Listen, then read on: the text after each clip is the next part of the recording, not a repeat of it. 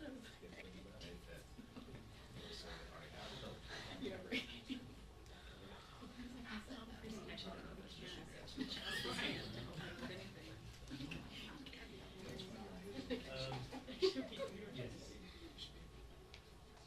Well, yeah, I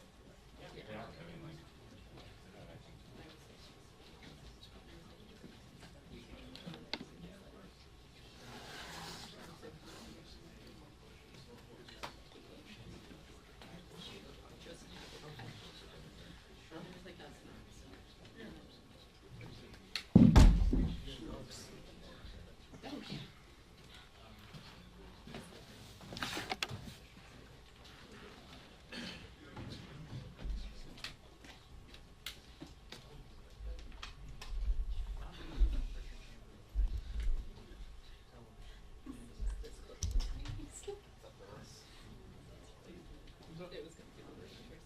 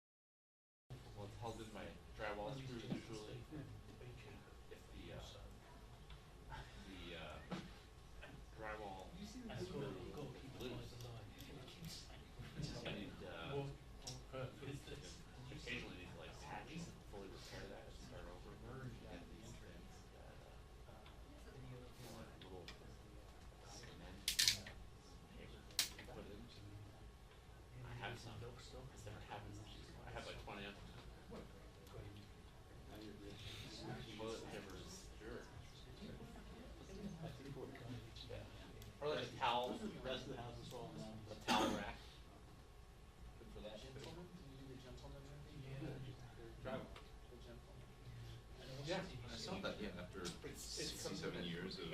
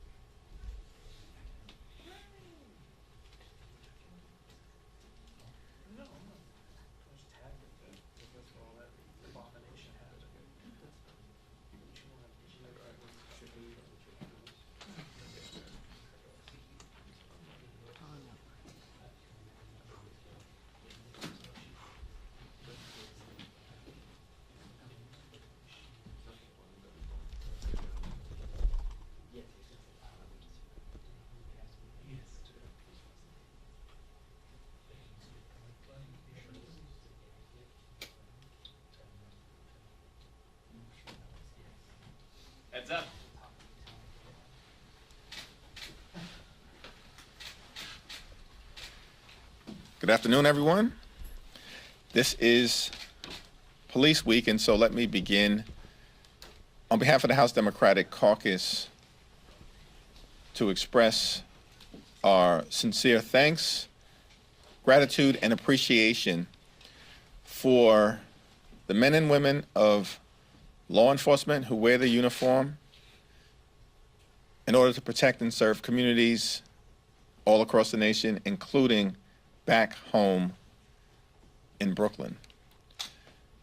We look forward as House Democrats to continuing to find ways to strengthen the relationship between the police and the community for the good of everyone. It's also our view that we should honor the men and women of law enforcement who on January 6th sacrificed it all, put their lives on the line and at risk in order to defend the Congress, defend the Constitution, and defend the core values in our country, such as the peaceful transfer of power. There is a law on the books that requires the Congress to designate a place of significance in the Capitol to honor the men and women of law enforcement, including the Capitol Police and the Metropolitan Police Department, and many others who responded on that fateful day to put down a violent insurrection. It's time for House Republicans to honor the men and women of law enforcement who saved lives that day, including Democrats and Republicans, our staff members, and most importantly, defended the Constitution. Questions? A member of your caucus a couple weeks ago was indicted, Henry Cuellar. 3 of his associates have since pleaded guilty. You have not called on him to resign. Do you support his re-election? I support Henry Cuellar's right to a trial by jury. He is innocent until proven guilty. I think at this moment in time, consistent with House Democratic rules, he's relinquished his position as the ranking member on an appropriations subcommittee, and I want to give him the time and the space to be able to work out his legal situation consistent with the presumption of innocence that exists without wading into the politics at this moment. Or would you support him in his bid to run again? I think it would be irresponsible for me at this moment to wade into the politics, and we want to give him the space to work out his legal situation. Thank you. Thank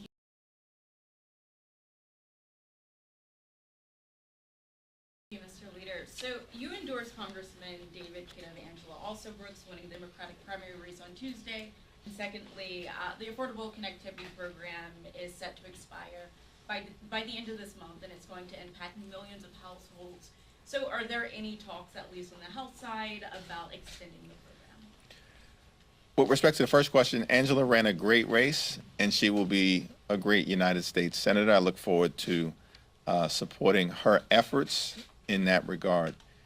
In terms of the Affordable Connectivity Program, this was an important step led by President Joe Biden and the administration to ensure that we are bringing high-speed, low-cost internet access to every single zip code in the United States of America, which in the context of our 21st century economy is necessary in order to allow people to be able to telework or teleeducate themselves, and in many instances get access to telemedicine. Almost every facet of one's life right now requires high-speed internet access. And so the Affordable Connectivity Program is essential in that regard. And it's important for my extreme MAGA Republican colleagues to find it in their heart and in their heads and think it not robbery, the capacity to come together with Democrats so that we can continue to fund this incredibly important program that benefits people in every state in America. Thank you. Thank you. I'll go second row. So new data from the FBI shows assaults on officers hit a 10-year high last year. Republicans are attributing that to Democratic policies. What's your response to that, and what needs to be done to actually drive those numbers down? Well, assaults on law enforcement officers are unacceptable, and I think it's irresponsible, of course, to attribute any increase, and I have not seen that FBI data to policies connected to one party or the other, or one administration or the other. I think we all stand shoulder to shoulder with the men and women of the law enforcement community to make sure that they are able to do their jobs safely and securely and free of assaults or violence. At the same period of time, it continues to be irresponsible for extreme MAGA Republicans to always want to engage in political stunts as opposed to trying to find policy solutions to solving real problems on behalf of the American people. On the memorial, have Republicans indicated what the holdup is? Is that ultimately Speaker Johnson's decision? It is ultimately a decision of the Speaker and the House Republican majority, and there's no indication as to why it has taken so long when the law requires memorial recognition, and it clearly is the right thing to do for the law enforcement community and for our nation. And it's done. The plaque is done. It's my understanding that it is physically on the Capitol complex, and it simply awaits a decision by the Republican majority to have an appropriate ceremony of recognition and have it placed in a location of honor here in the United States Congress. Thank you. In about an hour or so here, we're going to have this vote on this Israel bill. I know Republicans have said, well, you know, Democrats are divided over Israel. Some have said, you know, they're trying to make this point about this bill. But that said, aren't there divisions in the Democratic caucus, and how would you characterize those when it comes to some Democrats who don't want to vote on something like this, regardless of what the motives of the Republicans of putting this piece of legislation on the floor might be? What are the, define those divisions? Well, the legislation on the floor today is not a serious effort to strengthen the special relationship between the United States and Israel, period, full stop. It's not a serious effort. The legislation that the Republicans have put on the floor today will defund parts of the Department of Defense, defund parts of the Department of State, and defund parts of the national security apparatus.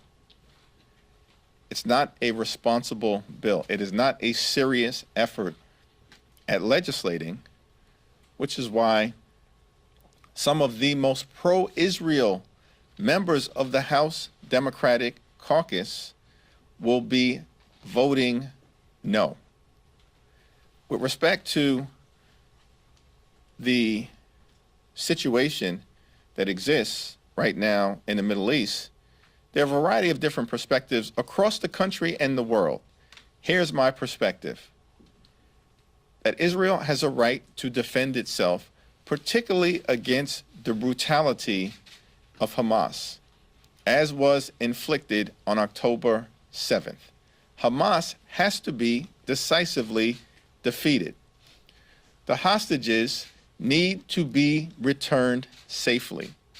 We need to surge humanitarian assistance into Gaza to make sure we can alleviate and prevent suffering of Palestinian civilians who are in harm's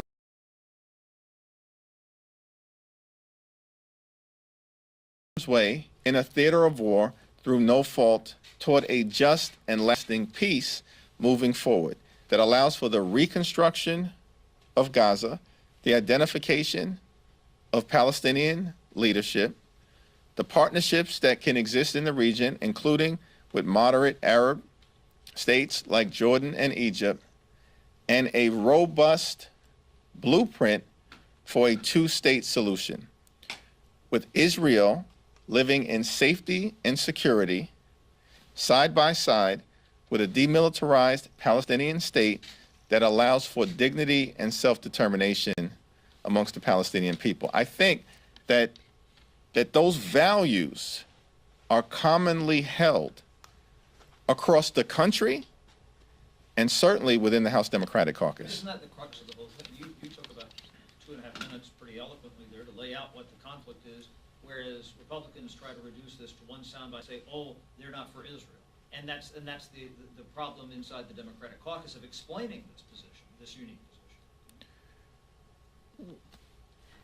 The situation in the Middle East is a complex one that hasn't been complex for weeks or months or years, but for decades. And in fact, when it comes to the journey of the Jewish people, they've actually confronted persecution, pain, pogroms, and of course the Holocaust for centuries.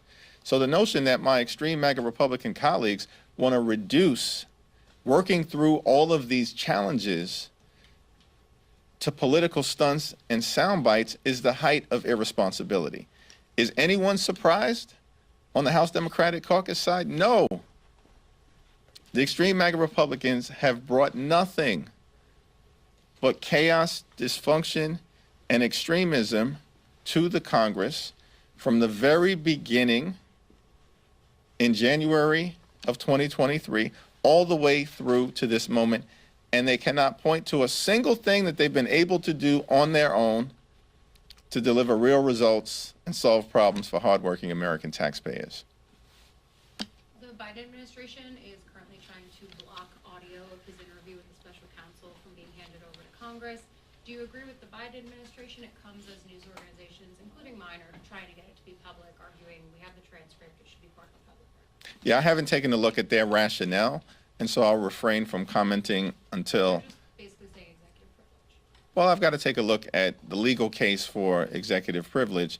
I do generally believe that transparency is in the best interest of everyone, and I think the Biden administration has been really transparent in a variety of different ways throughout their term. But in terms of this specific instance, you know, I'm going to reserve comment until I get an understanding of their rationale. If Democrats win this election and you have the gavel next year, would you bring up legislation to make changes to the Supreme Court, whether it's term limits, code of ethics, adding seats? I'm curious what your thinking is on that. From the standpoint of the House Democratic agenda in the future as it relates to the Supreme Court, I think it's our view, led by current ranking members Jerry Nadler and Jamie Raskin, that we do need oversight of this Supreme Court that has undermined freedom in many instances, including a woman's freedom to make her own reproductive health care decisions. And there have been several documented instances of seemingly corrupt behavior without any consequence. At minimum, in our system of checks and balances, with separate and co-equal branches of government, it is Congress's responsibility to engage in responsible oversight over the judicial branch. And I certainly think that the first opportunity we have to do just that, we will not shy away from oversight, but we will engage in it. Second row, I'm sorry. I'll get to you. Okay. Second row. Leader Jeffries, were you surprised or disappointed to see Speaker Johnson in New York outside the Trump trial courtroom? I have not had an opportunity to talk to Speaker Johnson about the rationale for his visit. It is extraordinary that so many extreme MAGA Republicans who are apparently part of the Red Tie Brigade felt the need to bend the knee to the insurrectionists in chief, as opposed to staying in Washington and doing the business of the American people. Mr. Leader, I wanted to ask, going back to Congressman Cuellar, you endorsed him earlier this cycle, but you said right now it's not appropriate to weigh in on the political matters. Would you still endorse him today? Are you putting that endorsement on ice? What does that mean? I have not rescinded the endorsement. Thank you. Another difficult matter in Ukraine. Right now, there is Ukrainian delegation on the Hill, and they're calling for Congress to help them lift ban from administration so they would be able to use American weapon on Russian territory against military targets. First question, have you met this delegation? And second, would you support this effort? Have not had the opportunity to meet with the delegation, but look forward to that discussion. I do think that we are going to continue to evaluate how we can best ensure that the Ukrainian people who have proceeded with such bravery and courage over the last 2+ years can decisively defeat Russian aggression for the good of the people of Ukraine, but also for the good of the free world, democracy, truth, and a rules-based society.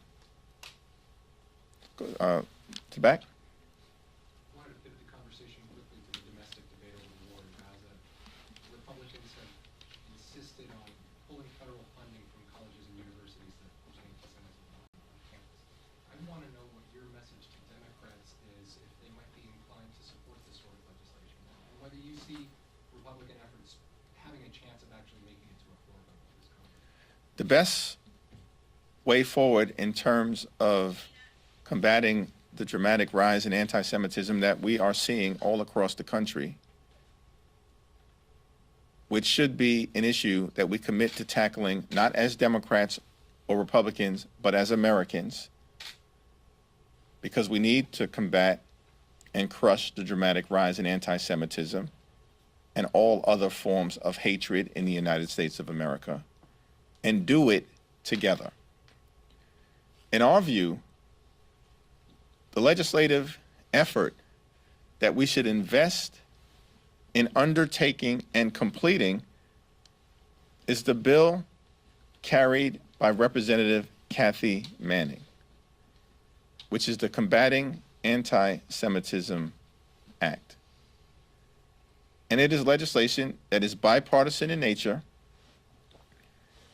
and that is comprehensive, and that will also ensure that the Department of Education's Office of Civil Rights, which has the jurisdiction over investigating instances of anti-Semitism, racism, Islamophobia, xenophobia, or hatred and discrimination on college campuses, can be thoroughly investigated. And when the decision has been made that there should be accountability, then accountability is able to occur. That is the best path forward. We are not suggesting that there's a Democratic approach. There shouldn't be a Republican approach. We should work on combating the rise of anti-Semitism in a bipartisan manner, and the Combating Anti-Semitism Act is a bipartisan bill authored by Kathy Manning, who has a high degree of credibility in this space and is working with our Republican colleagues. Last question? What do you make of House Republicans' efforts to hold Attorney General Garland in contempt of Congress? It's an unserious effort. Thank you, everyone.